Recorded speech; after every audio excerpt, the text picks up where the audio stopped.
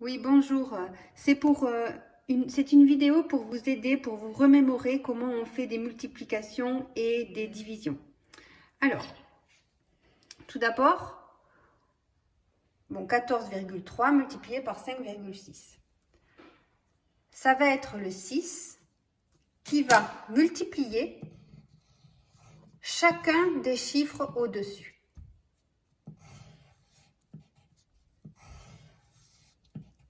Donc, 6 fois 3, 18. Je pose le 8 et je retiens 1 parce que c'est la dizaine.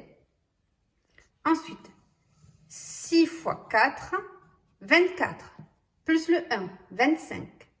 Je pose le 5 et je retiens 2 parce que c'est la dizaine. Je barre cette retenue parce que je l'ai utilisée. Je redis 6 fois 4, 24, plus 1 de retenue, 25. 25, j'écris l'unité et je retiens la dizaine. Et enfin, 6 fois 1, 6, plus 2 de retenue, 8. J'écris 8, je barre ma retenue.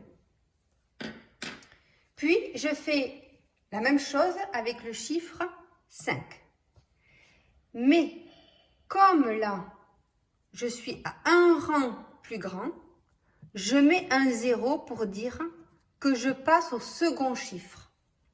Ça veut dire que je fais un rang plus grand. Et je refais pareil. 5 fois 3, 15. Donc, j'écris le 5 et je retiens 1. Les chiffres doivent être alignés. 5 fois 4, 20. Plus 1 de retenue, 21. J'écris le 1, je retiens 2, je barre cette retenue. J'aligne les chiffres. Et enfin, 5 fois 1, 5, plus 2 de retenue, 7. Là, vous voyez, il n'y a rien au-dessus, puisqu'on n'avait pas de chiffre.